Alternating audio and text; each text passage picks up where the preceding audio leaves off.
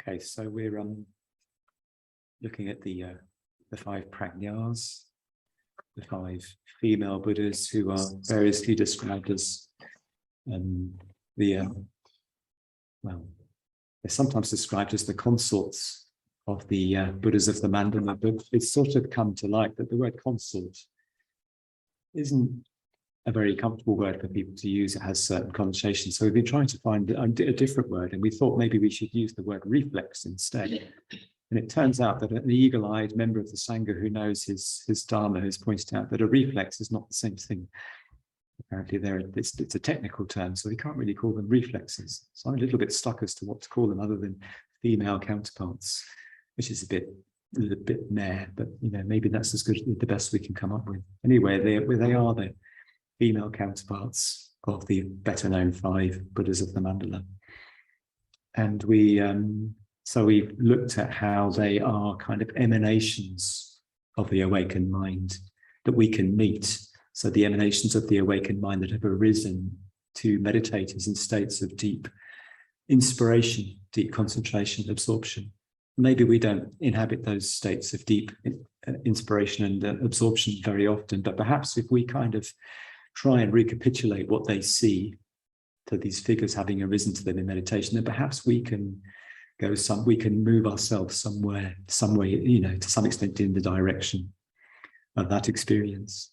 And I talked about how it's like, to use Surita's phrase, you bring these figures to mind, it's like holding up a lightning rod to the transcendental. So you do your bit of the bargain, you picture them, and then if you're lucky, then there will be a kind of flash of transcendental light, and those figures will be imbued with life and meaning and beauty. Yeah. Yes. And there was something else I was going to say, which will probably occur to me. So we did a bit of that last week. We started looking at the figure of Lochana, which means eye. So Lochana being the counterpart of Akasharja, the Buddha of imperturbability, of unshakability, if you like. And she shares many of the same qualities. And I was asked the question as to what, if they basically share the same qualities, then why are we looking at these and not the male, the standard Buddhas, as it were? And I thought about that. And I guess the answer is because they are, as it were, more particularly associated with wisdom. Yeah, they're the Prajnas, that's what they're called, and Prajna means transcendental wisdom. And wisdom is often associated with the feminine. It has a sort of feminine quality in that it is connected with receptivity. Yeah. So I thought, well, anyway, that's a good enough reason. This everyone needs a reason. In a way, the more figures, the better. Yeah, you never know who you're going to resonate with. So that's why that's why we're looking at these figures this evening, over the course of these weeks, and particularly Lochana. So, and next week, so just to give you a foretaste, Trish will be leading us in a puja to Lochana, which is composed by Vasantra, which I think is a fabulous puja.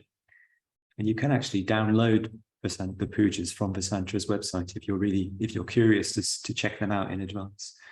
I think they have really accessible language, and they really, they make a powerful symbolic statement, these pujas. So I hope those will, they will do the trick, as it were. Because unfortunately I won't be here, I'll be on my reunion retreat. Yes. So that's next week. But this week we dived straight in a bit in the deep end with visualization, with that sense of evocation. So I described Lochana, and we looked at the sort of qualities, the properties of the figure. And then I kind of suggested we evoke the figure. So trying to get a sense of what's it like to sit in the middle of a vast blue sky, which is the traditional domain of these figures. This is the kind of medium in which they arise, and led us into a visualization of Lochana, which, I think some people really respond to this sort of thing, and some people less so. And that's completely fine. Yeah. Don't feel that if this is difficult for you, or you don't get it, that's in any way a problem, because it really, really isn't. But to sort of give a bit of a counterbalance this evening, I'm going to sort of go into something more particular, a more particular area of work for me. And I'm going to enliven this with an example from my own life of Lochana's wisdom in operation, or more specifically, the act of transformation of a particular poison into a particular wisdom through Lochana's good offices. Yeah? Because this has been something which has been with me this week, and it seems like a too good an opportunity to miss to illustrate a point. But before I do that, I'm just going to grab hold of this Vajra behind me. Interestingly enough, both of the Vajras that we have on display actually have six kind of whatever they're called, six spokes. Thank you. Yes, normally they have 4, and essential one making 5, but you know, hey. And so if you look at a Vajra on end, yeah, it sort of becomes a mandala. So you have these spokes arranged around a central spoke, and normally there are 5, and you have them on the same thing on both sides of the Vajra that Lochana holds in her earth-touching mudra. And what that represents, well, basically the Vajra is a sort of alchemical symbol, you could say. So, well, that's the language I'm using, because so it's sort of the Vajra is a symbol of the kind of the transmutation or the transformation of negative, unhelpful qualities into positive qualities, if you like.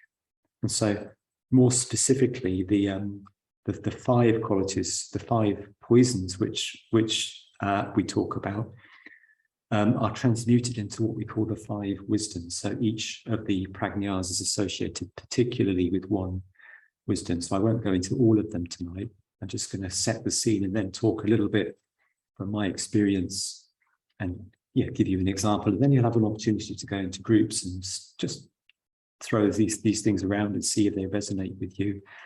And last week, I also invited you to sort of find things and to go for mindful walks, perhaps, and find some things that more or less killed you with delight, to quote the Mary Oliver poem that I used last week. Yeah. So we'll have an opportunity to get together in groups when I've spoken for a little bit. Okay, so just to fill you in, so you've got on the one side, you've got the 5 poisons. Okay, the 5 poisons that, well, I certainly have to contend with, and I would, it's a fairly safe bet that you probably all do as well.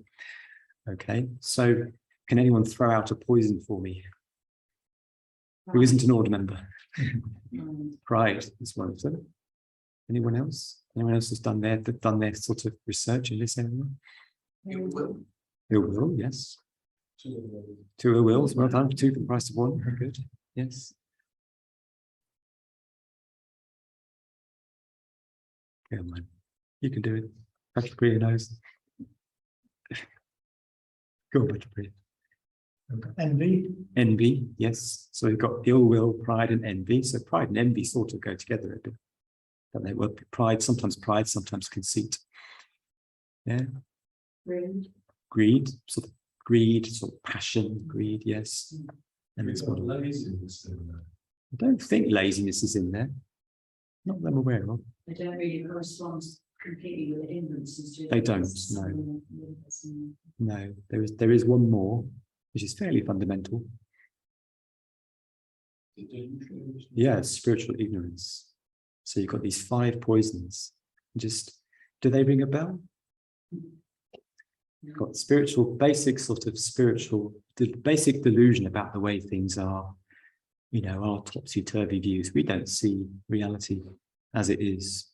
We see it as we would like it to be. And of course, that is a recipe for disaster.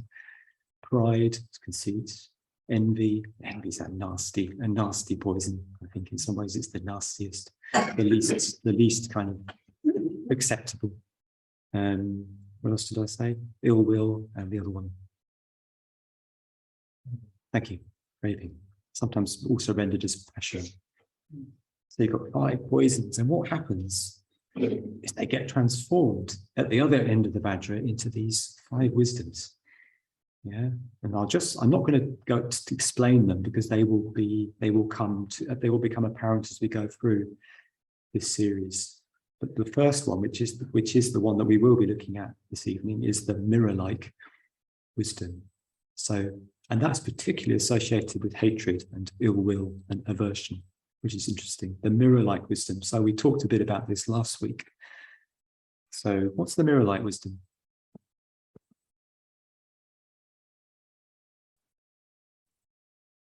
Is it linked to equanimity? Possibly. Yeah. Could well be one of the qualities. I'm not immediately aware of that correspondence, but it could be. Things being reflected as they are. Yes. Yes. So the mirror sees everything as it is without adding or taking away, without adding its biases, without its prejudices, its particular little pet, obsessions. And I was suggesting that we generally don't go through life inhabiting this. Our attention kind of gets stuck, doesn't it? It'll kind of hook onto particular things and try and push other things away. So we end up with, generally speaking, quite a sort of skewed and partial and sort of uneven perception of the world, of reality, if you like. So our minds do not slide, and our awareness does not slide easily and gracefully from one thing to the next, because there's so much of us usually invested in particular ways of seeing. So that's the mirror-like wisdom. And the correspondence between sort of aversion and mirror-like wisdom, I'm going to try and draw out with this example of mine, and I hope it will make sense. Yeah, otherwise the other wisdoms are the wisdom of equality or sameness, and the discriminating wisdom, the all-encompassing wisdom, yeah, and the most mysterious of all, the wisdom of the Dharma Dhatu, which is basically kind of all of them put together, and then some. But I'm not going to talk about them because their time will come.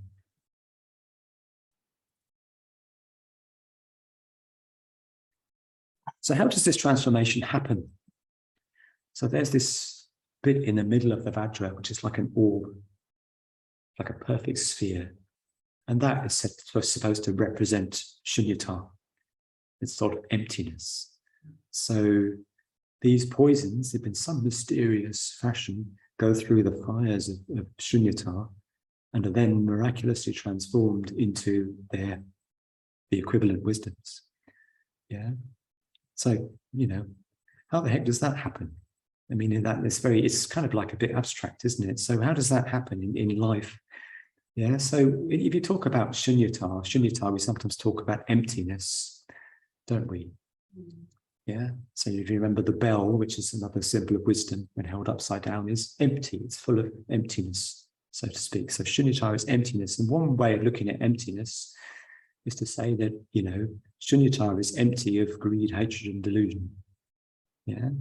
So if you can imagine a mind that is resting in shunyata is empty of greed, hatred, and delusion.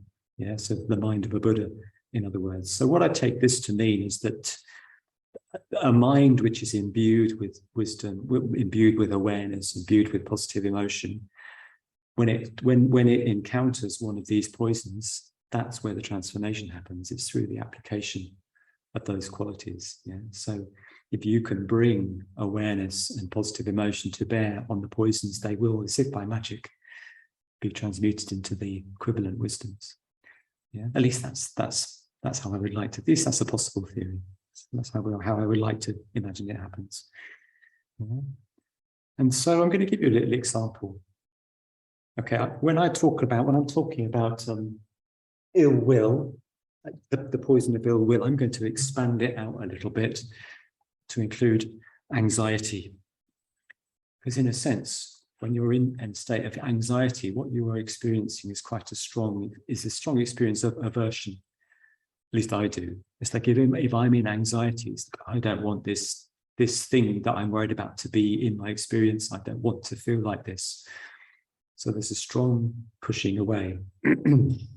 Yeah, I don't mind. Anyone who knows me will know that I don't mind sharing myself.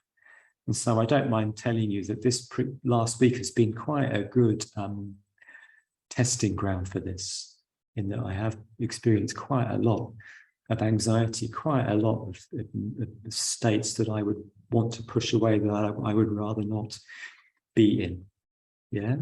So quite aversive, oh, I really don't want to feel anxious about this. Lots of stuff to feel anxious about, of course, and some of it's sort of more rational than others. But one of the biggies that I was feeling anxious about was this very course.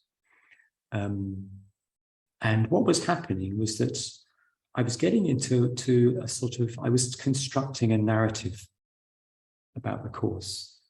I was, oh, it's not going to go very well, and people aren't going to like it, and they don't get visualization, and I found myself heading off into this sort of kind of proliferating spiral.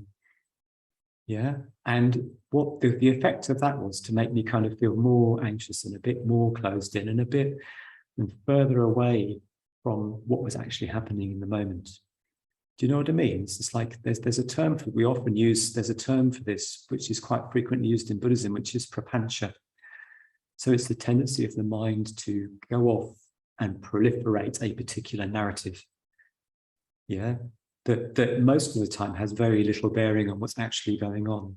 The thing that if you see a good friend, and you sort of smile and say hello, and they ignore you, and you can suddenly start constructing this elaborate story about, oh, what have I done to upset them, and I'm an awful person, and then all of the other kind of opportunistic views start to come in, and before you know it, you've constructed this sort of catastrophic scenario. And when you see the person, they just say, oh, I'm sorry, I was miles away, I was thinking about something, how are you? And then of course that whole story is immediately blown out of the water, and then you're back in what's actually happening. Yeah. And I noticed this tendency over the week to proliferate, a particular narrative about the course, and about, oh, no one's going to come, no one likes it. And so I found myself in this quite a bit. So what could I do? So what I could try to do, and did try to do, was bring awareness of that, bring awareness to the body. This is the stuff that we go on about all the time. Bring awareness to the feelings, to the Vedana in my body, bringing awareness to that sense of constriction, and then bring awareness, awareness infused with positive emotion, to kind of accept and acknowledge that it might not actually be like that. Yeah. There might actually be another version of this story in which it's completely fine and people like it, and some people will like it and some people won't. Yeah, and when I could bring, this was quite hard work, but I found it was really kind of fruitful. Keep coming back to what's the actual experience? What am I holding in my body? What is this narrative that is spinning a yarn in my awareness, like almost by itself? And then unspinning it, and then coming back into myself, and actually starting to, and that allowed me to recognize, well, there is another perspective here, which is that, some people will like this stuff and some people won't. And that's always the case, so coming back to a perspective. So you could sort of say that, coming back to the mirror-like wisdom is almost like sort of having perspective on things.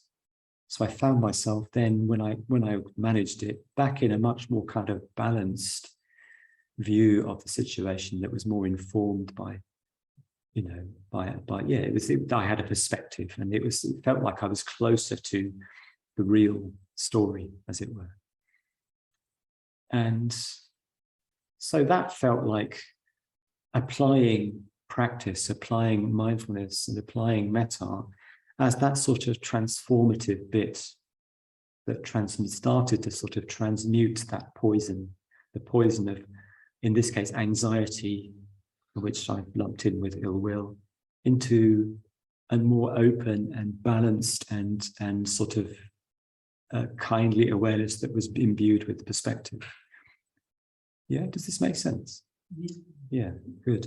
And an interesting thing that I noticed was that because I was trying to sort of do what I suggested that you do, which is just to sort of go out and find beauty. So be really attend to the information of the senses and be really open to all things.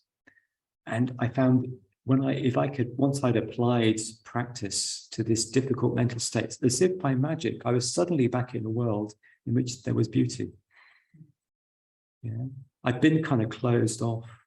And this is one of the features of ill will of any kind, isn't anything aversive, is that you get closed off and kind of caught and over focused on a particular thing to the exclusion of everything else.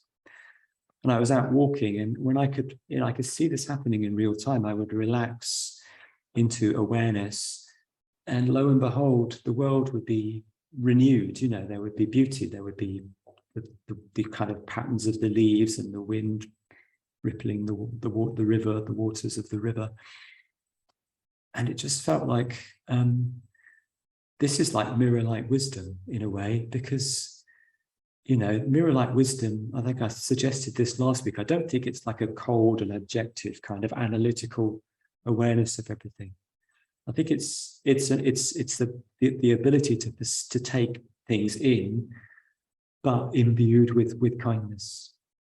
Because, you know, if you're being truly mindful in the Buddhist sense, you're not just being cold and sort of analytical. You're bringing a sort of feelingful intelligence to bear as well.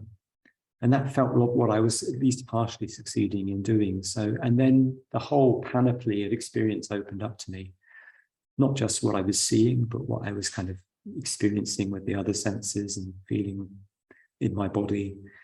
Yeah. And it was just really, really enjoyable. And then, of course, I would forget and I would spiral back down to, oh, no, they really don't like it. And, oh, it's being chair is really hard. And I feel like I don't know and I feel like an imposter. And all of the other sort of what I call opportunistic views that are, you know, are usually crowding at the door to get in. So I would have to do the whole thing again and kind of like bring awareness, bring kindness to that, unwind the narrative, come back into this sort of fuller appreciation of life, of the world, of things around me. Yeah. So that is a little illustration, I think, of how we can, on a kind of, you know, humdrum sort of level, work on transmuting difficult aversive states into their opposite, into something much more open and with perspective. Yeah, I mean, the loss of perspective, I mean, in a way, that is one of the great kind of the roots of all conflict, isn't it? If you think about it, it's a bit like wars basically break out because people don't have a perspective on each other. You know, it's when you fixate on a particular problem quality in somebody you don't like and don't see anything else about them. And so I think, you know, the loss of perspective and regaining perspective are two of the most, they're crucial. They're really crucial in terms of relationships, you know, between people and all sorts of implications. Yes, so I wanted to just share that little experience with you. I always notice how readily life throws up illustrations of things that you're dealing with, that one is trying to illustrate. Yeah. So just going to quote a little bit from Vasantra's Puja about that I think is quite relevant, and then I'm going to invite any comments you may have, and then suggest we go into groups in a mode. So Vasantra says, in the Vajra sphere beyond subject and object, you fashion the jagged shards of hatred into wisdom's diamond adornments. That's really lovely. Yeah, I'm not suggesting that I, you know, managed to do that to any exalted extent, but I do feel there's an echo of this in that experience that I've described. Yeah.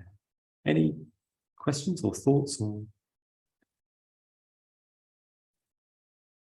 You call it conjuring. I don't use conjuring. So You don't think?